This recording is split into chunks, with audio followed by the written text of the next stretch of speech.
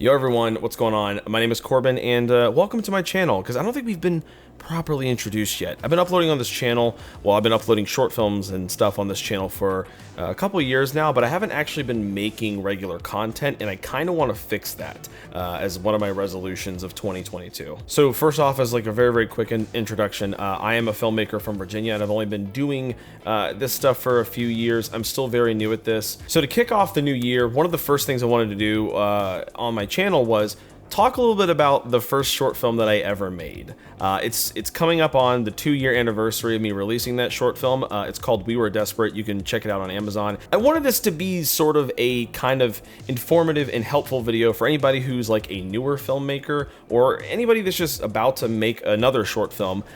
Some of the mistakes that I've made in the past, especially with my first short film, and how you can, try to mitigate those mistakes moving forward with your stuff. And let me preface a lot of this stuff by saying I didn't go to film school. That's very important to mention at the beginning of this video. I didn't go to film school. I actually majored in organismal biology, and I graduated in 2017. So it was shortly after graduating that I decided to go the whole filmmaking route. And again, I'm not going to bore you guys with all the details right now, but the whole point is I didn't go to film school. So the last several years for me have been my own film school by learning from other people, and being on set and making mistakes and the whole trial and error process. That's all been my film school. So starting first with like pre-production and stuff, I think one of the biggest mistakes that I made while making We Were Desperate was I didn't send the script to anybody. So when I wrote this script, I don't know what I was thinking exactly. I could say that about a lot of things in life. So I'm not 100% sure why I didn't do this. I think a lot of it may have been because I was afraid to get feedback on it. I didn't want to receive constructive criticism. Another reason might be that I didn't want to spoil the movie for people. I don't know what the reason was specifically, but for this was the first short film that I ever wrote. I did not let anybody else read it. It was just me that read it. It was just me that made a couple drafts of it, and that was pretty much it. I just wrote it and didn't show it to anybody. There was a lot of things I would change about the script, and again, that's just natural for a filmmaker to want to change the script. Like you write differently 2 years ago than you do now and stuff. So that's a natural thing to want to change things about the script later on when looking back at your film. But I think it was a huge mistake for me not to let anybody read it in advance, and I should have done that. So trust me when I say this, please send your script to other people, whether it be friends, family, other creatives, other filmmakers, people who won't bullshit you and give you an honest answer about your film and it will actually give you valuable feedback and notes. Send it to those people. I've sent my recent scripts to people before who have basically just said, cool. But yeah, send your script to a bunch of people. Don't be afraid. You're gonna get constructive criticism. It's only part of the process. So just do it. Trust me, it's worth it. Number 2, for pre-production.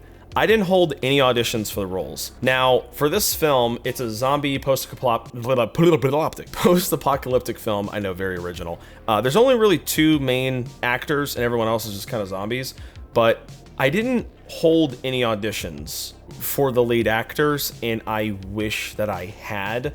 I felt like when I made that movie, I kind of just went with people that I already kind of knew instead of people that I felt fit the role, if I'm being honest. Like when I wrote the script and when I was envisioning it in my head, I kind of pictured different people to play the part, but I kind of went with it because a friend of mine who helped produce the film, he is the one that suggested that he be in it, and also another friend of his that he knows be in the film. And it was a fun experience working with both of those guys. However, knowing what I know now about the filmmaking process, yeah, I should have held auditions. That's a very basic thing that you should do as a filmmaker, is hold auditions, whether it be in person or, virtually.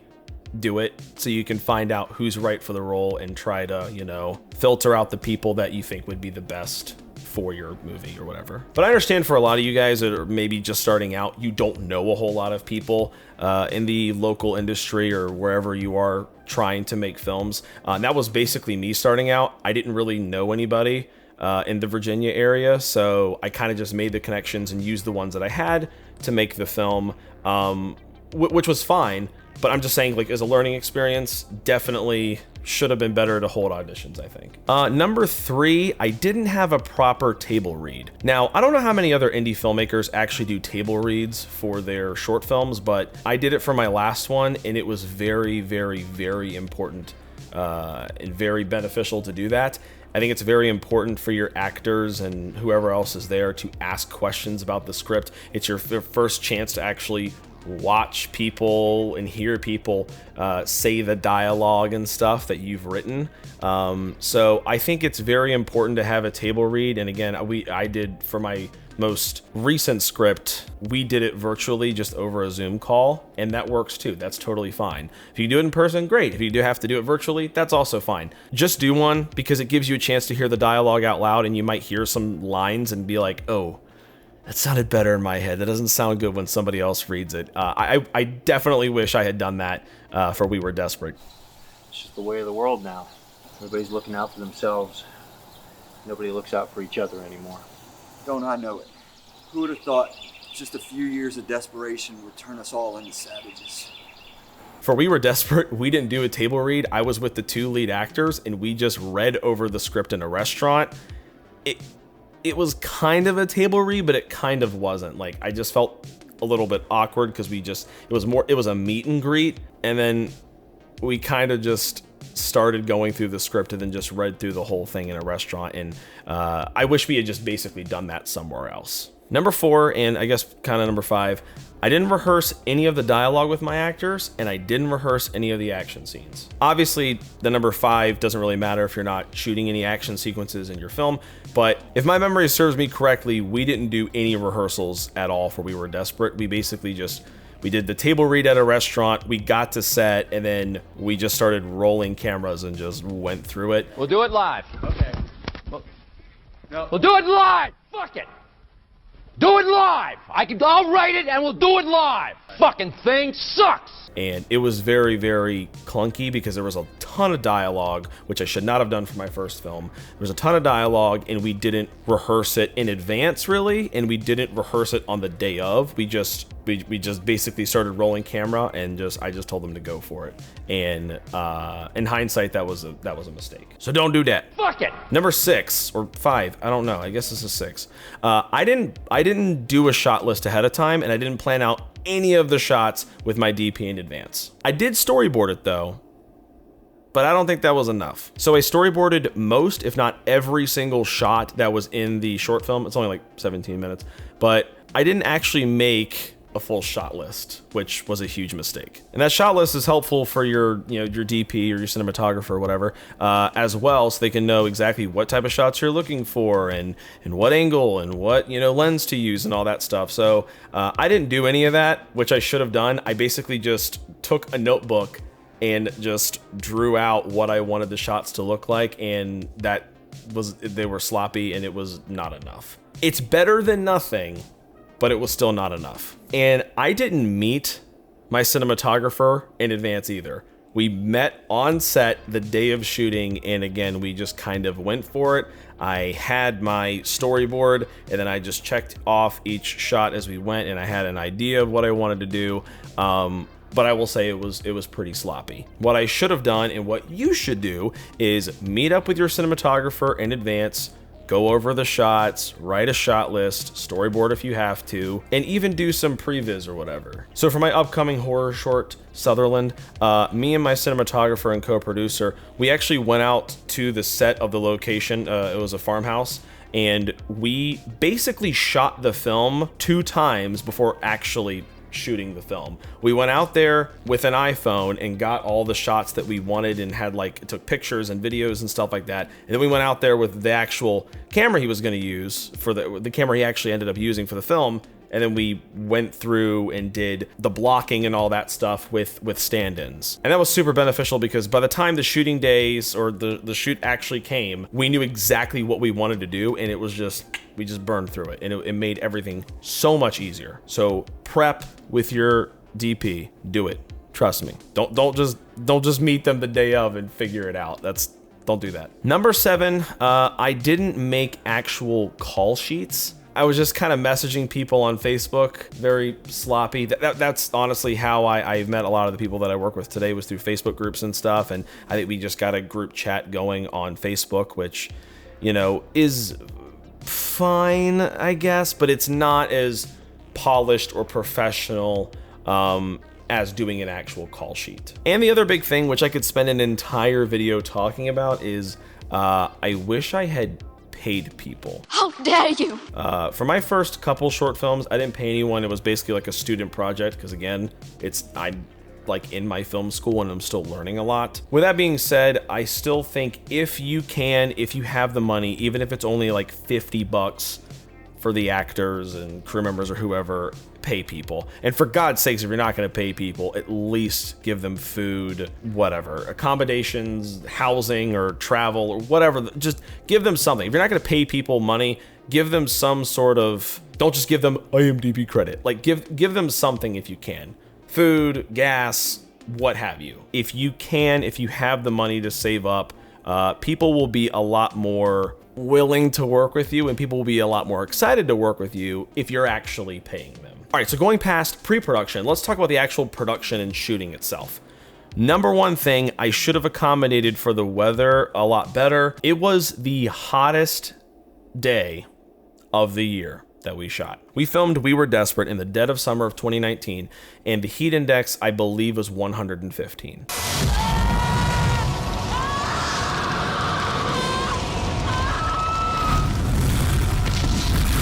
I almost passed out multiple times, not joking. It was a very, very hot day, and people were fucking miserable, I think. Like, I even had a crew member bail the night before, basically saying, yeah, fuck that, it's too hot, I'm not gonna be there.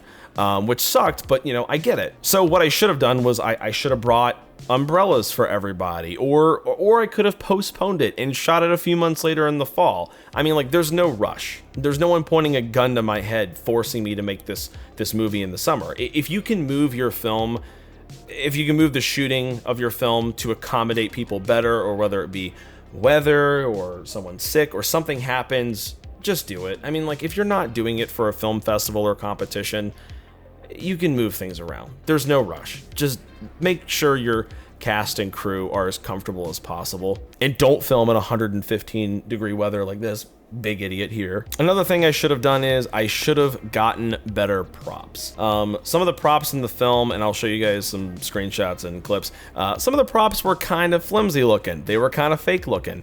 I have, you know, had people point out some of my fake looking props in films, and again, amateur filmmaking, you know, you gotta kind of be a little bit lenient about that stuff. But if you can try to invest a little bit more money in more realistic looking props, do it, because it is going to take people out if you have like a really flimsy looking sword or some shit like that in one of your films. Here's another one. We could have filmed at better locations. So the film is basically split up into 3 scenes. It's a meadow area, and then a conversation under this old parking lot shed thing, and then the woods. And thinking about it now, it didn't really stand out visually. And I think there's things I could have done in different locations we could have shot at to have made it more visually, you know, eye-popping, I guess. Like, I think just filming a low-budget indie film in the woods is like, yeah, okay, everybody does that. So yeah, if you can, try to find unique locations or do something to your set to make it a little bit more dynamic. I have seen a lot of short films from indie filmmakers like myself who have shot in very, very bland, drab, kind of boring locations, like just office complexes and the whole room is white walls. Like, that's boring. That's visually boring, and people, you know, it's nobody really wants to see that. Or at least I don't know. There could be people out there that love white walls. But if you can find something that looks unique, or you can set dress a little bit and make the set and the environment pop a little bit more, definitely do that. The next thing that I wish I had done during production was I should have been more assertive with directing. And again, this is more of a you learn as you go type of thing. I'm not gonna, you know, start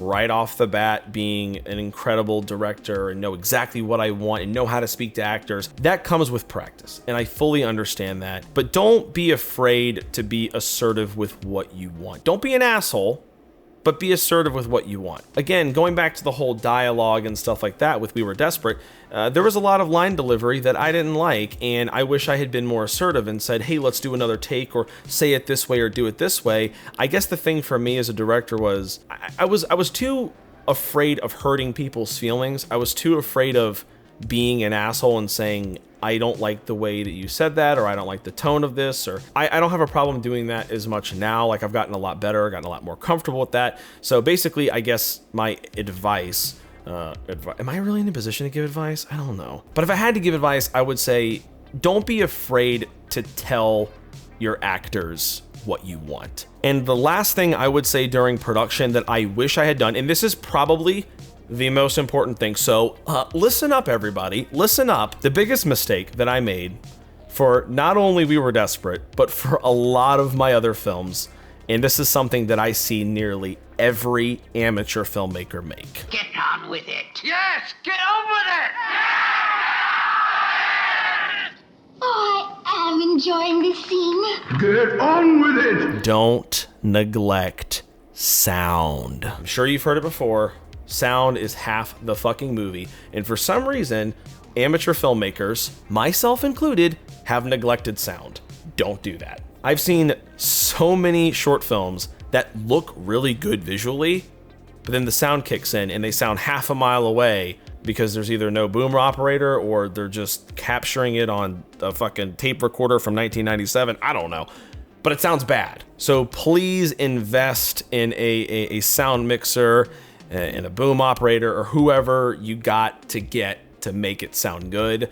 Don't neglect sound design in post. Find somebody or learn about sound design yourself. I'm still learning a lot. I'm by no means a sound design expert. But one of the big things for the horror short film that we're almost done with right now, which is Sutherland, we have somebody dedicated to sound design. Jay, love you. We have somebody dedicated to sound design that's making it sound as good as possible. And trust me, having good sound in your short film or indie film or whatever is going to make you stand out because most of them have shitty sound. So if you nail the sound right, you're gonna stand out from the crowd. So yes, that's probably my biggest piece of advice I would say. Honestly, for the whole video, if for those of you guys that have gotten this far, don't neglect sound. But if you can, try to find somebody who's an experienced sound mixer, sound designer, or whatever to work on your film. Definitely do it. Please. Please. So now let's jump to post-production. And I really only have one thing that I can think of at the top of my head.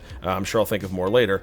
But the one thing that I can think of, which was a huge mistake during post-production, was I didn't back up my files to another server. Please do that. Learn from my mistakes. One night I was clearing out files on my computer and I had, you know, dummy brain at 3 a.m. and I accidentally deleted a bunch of audio files from We Were Desperate, and a lot of it had to be done in post for ADR. You okay? Were you bitten? No, I think I'm good. I noticed a limp. Are you sure? I wasn't bitten. That's just something else. All right, then. We need to get moving. That Banshee screams could draw more. When I was making my Batman fan film, I backed up everything. I had it on a hard drive on my computer, and I also had it on Google Drive. And I made several copies of the project file on Adobe Premiere. So make copies and save things to multiple hard drives if you can.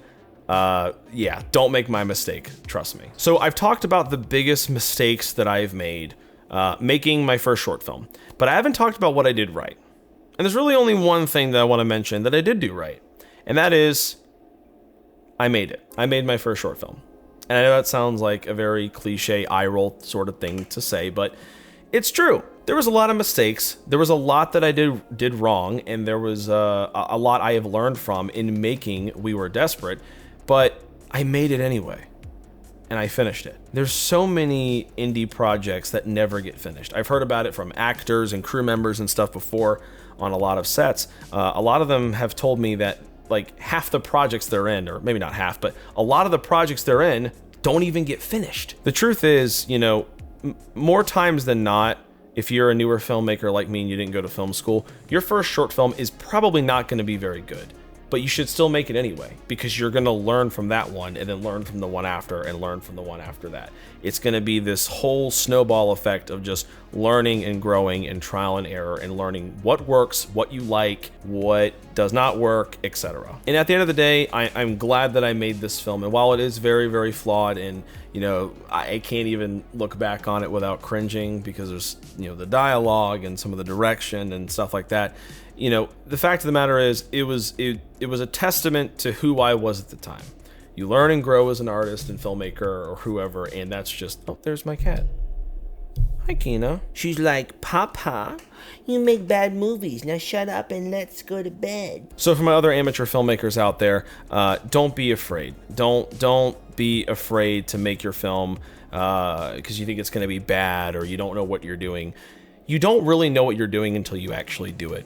And even then, it's going to take several times to get the hang of it. And, you know, I still feel like I don't know what I'm doing half the time. But guess what? I'm learning a little bit every time I'm on set, and every time I write a film, and every time I work with actors, I'm learning. And it's all part of the process. You're learning and growing as an artist.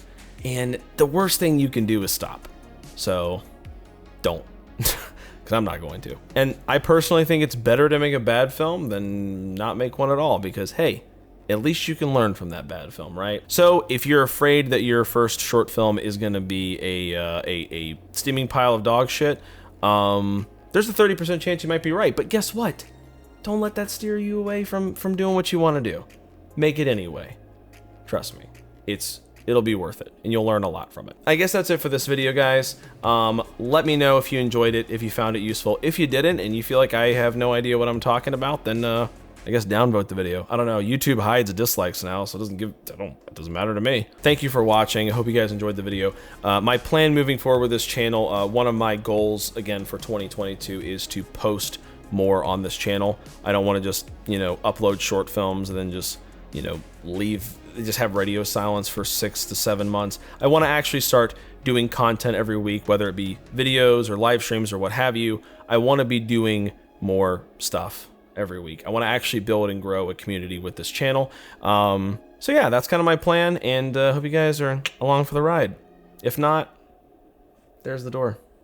Get out. All right, love you guys. Thanks for tuning in, and I will see you guys in the next video, whenever that may be. And yeah, Happy New Year. Have a good one. Adios.